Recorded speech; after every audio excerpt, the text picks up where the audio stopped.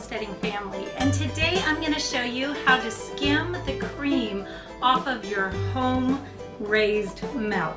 Now, when you have a cow, the milk will rise right to the top of the jar after some amount of time of sitting.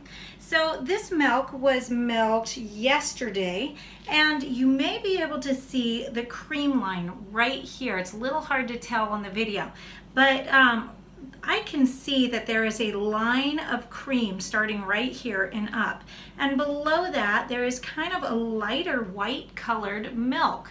And this is all of my cream sitting at the top. Now this milk is coming from a Jersey cow, and they are noted for having quite a bit of cream. Sometimes the jar will be filled at least a third of the way with cream, and other times it's less, just depending on where it's come from the bucket and which part of the milking it's come out of. And you know, when you're working with a goat, you will still get a little bit of cream rise, but because goat's milk is naturally homogenized, a lot of times if you want cream from your goat in any great quantity, you really need to get a separator. Now, we like to do things kind of the old-fashioned way here, so I like to just skim my cream off. I only take the thickest cream right off the top for making butter because I like my family to be able to drink that really good butter fat in their milk also. And luckily with a Jersey cow, a lot of times we're getting close to 8% butter fat rather than what they call whole milk at the grocery store, which is closer to 3.5 or 4% butter fat. And so, you know, I can take the thick stuff off and still leave more good, healthy, grass-fed fat on this milk than what you'd be getting from the grocery store. So, you know, skimming your milk is very easy. It gets thicker the longer it sits, though. So, I usually will skim my milk in the morning, every morning, and I skim all of the previous day's milk. The milk that came out of the cow yesterday morning, almost 24 hours ago, will have a really nice thick layer on the top. And if you wait and let that milk sit for almost 48 hours, it will almost turn into butter all by itself on top of that milk. It gets really thick and solid. It's almost a solid layer. Absolutely delicious with strawberries when it's thick like that. But because I need to do it every day to keep my refrigerator emptied and moving and I can make things with the milk, I will do the 24-hour-old milk and the evening milking, which is about 12-hour-old milk, and I'll just take the thickest stuff off of the top.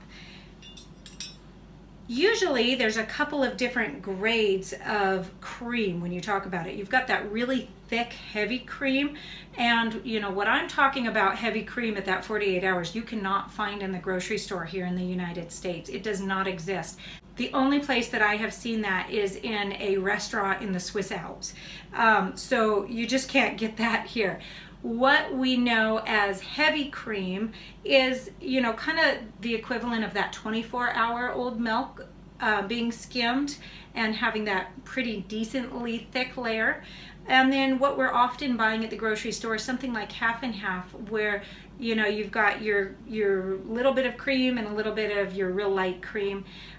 So depending on what you use it for, you can either separate out the different levels of cream, but you know, it's all great in butter, it's all great in ice cream, and it's all great in coffee or anything else you want to use it in. And it all turns into really good whipped cream too.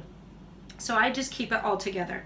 Now, what I have here is a gravy ladle, and this is what I have found to be the absolute best thing for skimming the cream off my milk. It's just a small ladle. You can get these online, you can get these from your thrift store. I got this years ago from a thrift store for 5 cents, I think. And then I always use a separate spoon. And what I have found is that if you wet both of these with just good pure water before you start, it helps that cream not stick to the spoon and slide right off a lot easier. Now I've got to warn you, I always make a mess when I do this. You see this towel? It is conveniently placed, and I've got my wash rags close by so I can clean up after myself. But all I do is just scoop down and pull off the thick top layer. And then I'm going to put it into a clean jar. Remember, when you're dealing with something like dairy, cleanliness is very important, but you don't need to go crazy and go as far as being sterile. That's just not that important. Cleanliness, a nice clean jar is going to be just fine for your home use purposes. And so, you know, the big trick here is to get the cream without getting too much milk. Well, how do you know when you're getting the milk? When you get down to the milk, there will be a noticeable difference in color.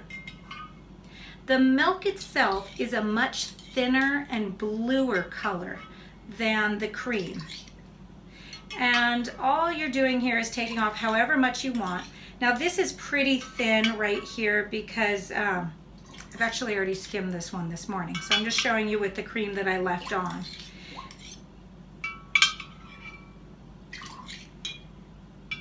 This will still, just this thin cream will still turn into butter. Maybe not as high a percentage as butter as if I had the really thick cream. And it'll still be delicious in other baked goods. Oh, clotted cream. Oh my goodness. There are so many delicious things you can make with cream. And you know, when you have your own milk cow, or when you're buying it from somebody locally and you can get the raw grass-fed milk, cream becomes a health food. It's not a junk food anymore, and you don't have to be afraid of it for your health. It is so good. Okay, so I am getting down to where I'm starting to get little swirls of blue into my spoon. And that's where I want to be careful about not picking up too much milk, because that milk will cause that cream to go sour more quickly. I make butter once to twice a week depending on how much cream I'm collecting. Right now it's twice a week because I'm often getting about 5 gallons of cream in a week, and that translates into 15 pounds of butter about right now for me, and which is a nice amount. I can stash it in the freezer. And so this is about all I want to take because I'm starting to get little bits of blue in there, and you just don't want to get too much of that milk in there.